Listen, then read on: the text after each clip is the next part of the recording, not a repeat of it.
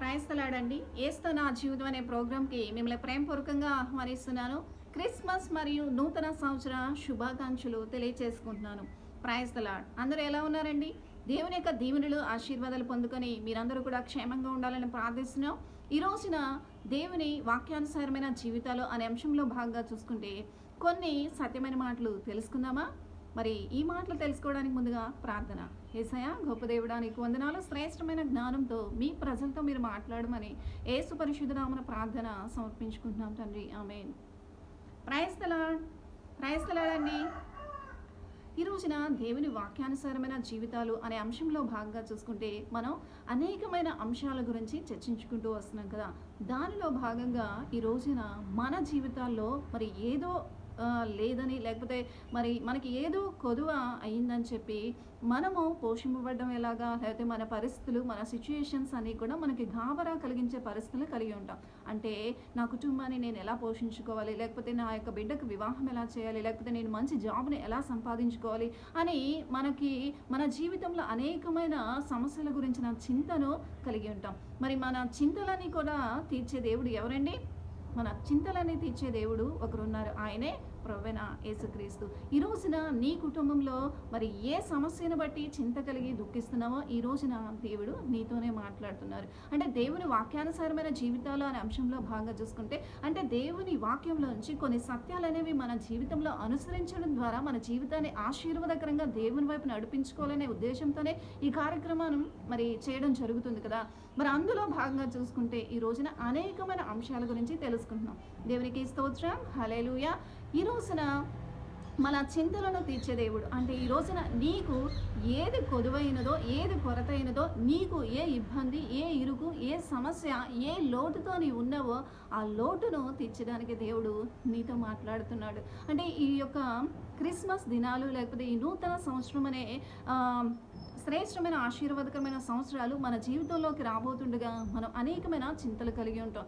ఎలా అంటే అయ్యో నాకు కొత్త వస్త్రాలు లేవే, లేకపోతే మేము మంచి కేక్ కటింగ్ చేసుకోలేమా, లేకపోతే మేము మంచి ఫుడ్ తినాలనుకుంటున్నాం, లేకపోతే మంచి ప్లేసెస్కి అంటే ప్రదేశాలకి వెళ్ళాలనుకుంటున్నాం అని చెప్పి అనేకమైన వాటిని గురించిన చింత కలిగి ఉంటాం. అంతేకాదు, లేకపోతే నాకు ఒక మంచి జాబ్ లేదు, ఈ నూతనమైన సంవత్సరం లేకపోతే ఈ నూతనమైన క్రిస్మస్ దినాలలో మేము పండుగ ఆశీర్వాదకరంగా జరుపుకోవాలన్నా, లేకపోతే నూతన సంవత్సరంలో ఆశీర్వాదకరమైన జీవితాన్ని మేము కలిగి ఉండాలి, ఈ నూతన సంవత్సరంలో కొత్త వస్త్రాలు ధరించుకోవాలని, లేకపోతే శ్రేష్టమైన ప్లేసెస్ చూడాలని ఎంతో ఆసక్తి కలిగిన బిడ్డలు ఉంటారండి. మరి వాటన్నిటిని కూడా మనం ఆశలన్నీ కూడా తీర్చుకోవాలంటే మనం ఏం చేయాలి?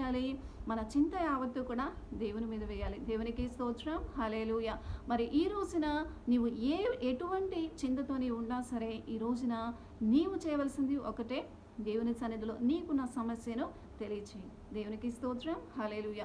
ఒక రోజు ఏంటండి, చీమ మరి అది పంట పొలంలో మరి ఆహారం కోసం మరి వెతుకులాడుతూ వెళ్ళినప్పుడు దానికి ఎక్కడ కూడా ఆహారం మరి లభించలేదంటండి.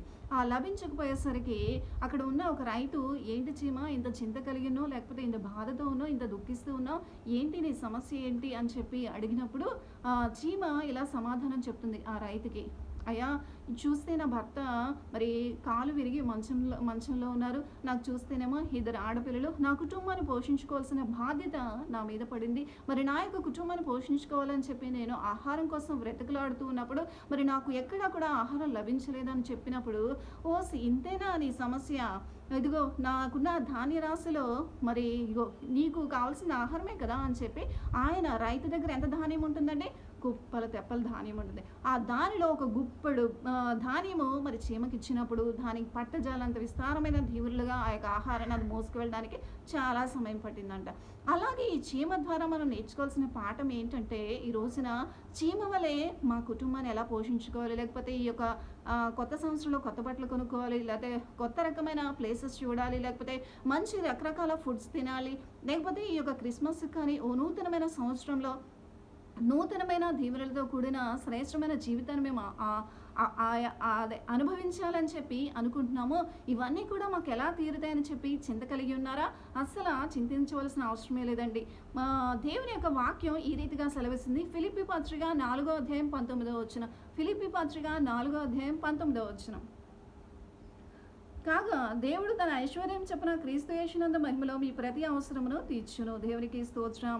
దేవుడు ఐశ్వర్యవంతుడండి. ఈ రోజున మనం ఏ చింత కలిగి ఉండి, ఈ రోజున వస్త్రాలు లేవని, లేకపోతే మనకు ఉద్యోగం లేదని, లేకపోతే మనకున్న సమస్యలను బట్టి మనం చింత కలిగి దుఃఖిస్తూ ఉండడం దేవుని యొక్క చిత్తము కాదు. కానీ ఈ రోజున మనకున్న సమస్యను బట్టి దేవుని సన్నిధిలో ప్రార్థించినప్పుడు, దేవునికి మన సమస్యను తెలియజేసినప్పుడు, ఆ యొక్క మనకున్న చింత యావత్తును కూడా తీసివేసి, రైతు దగ్గర ఎంత ధాన్యం ఉందండి? కుప్పలు తెప్పలు ధాన్యం ఉంది. దానిలో ఒక గుప్పెడు ధాన్యం చీమకిస్తే అది ఎంతో సంతోషించేస్తుంది.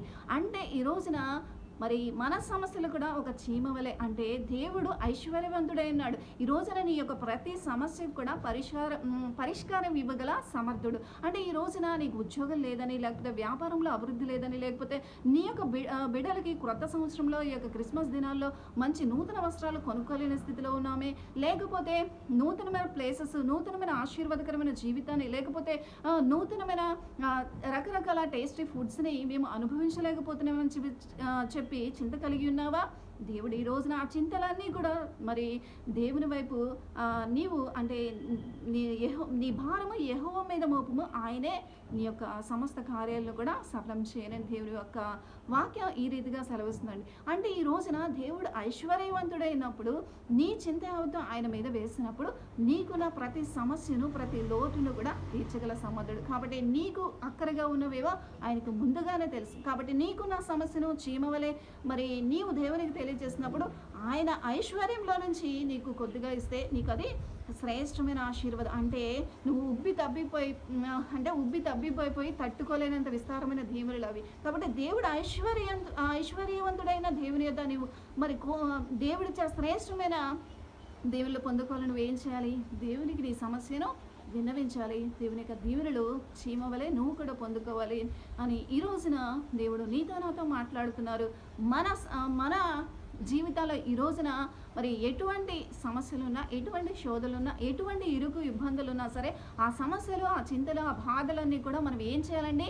దేవుని సన్నిధిలో దేవునికి తెలియజేసినప్పుడు ఆ చింతల నుంచి, ఆ బాధల నుంచి దేవుడు మనకి పరిష్కారం ఇవ్వగల సమర్థుడు, మన జీవితంలో విజయాన్ని అందించగల సమర్థుడు. కాబట్టి ఈ నూతన సంవత్సరం క్రిస్మస్ దినాలలో దేవుడు మీ పట్ల ఉన్నతమైన ఉద్దేశాలను, మరి ఉన్నతమైన శ్రేష్టమైన ఆశీర్వాదకరమైన జీవితాలు మీకు ఇవ్వాలని దేవుడు ఆశించున్నారు. కాబట్టి మీరేం చేస్తారు?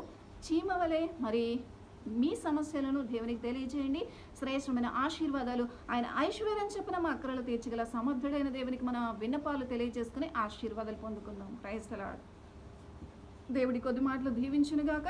ప్రార్థన. యేసయ్యా గొప్ప దేవుడా, నీకు వందనాలు. శ్రేష్టమైన జ్ఞానంతో మీ ప్రజలతో మీరు మాట్లాడారు. ఈ నూతన సంవత్సరమైన ఆశీర్వాదకరమైన దయాకరుటమును నాయన మా బిడ్డలందరికీ కూడా అనుగ్రహించి నూతనమైన దినదీవులలో ఆశీర్వాదాలు మీ బిడ్డలకి మీరే మహిమ ఘనత ప్రభావములు చెల్లించే రీతిగా అందించి మీరు మహిమ పొందుకోమని యేసు పరిశుద్ధ నామములో ప్రార్థన సమర్పించుకుంటున్నాం తండ్రి. ఆమేన్. Praise the lord.